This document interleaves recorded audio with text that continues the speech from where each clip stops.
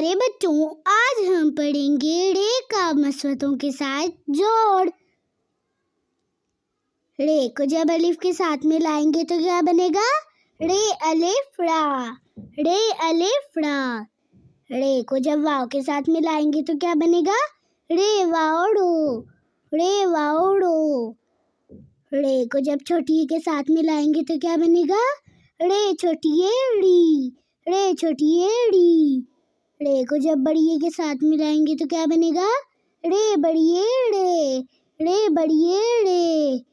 रे अलिफ रा, रे अलिफ रा, रे अलिफ रा। रे वाओड़ो, रे वाओड़ो, रे वाओड़ो।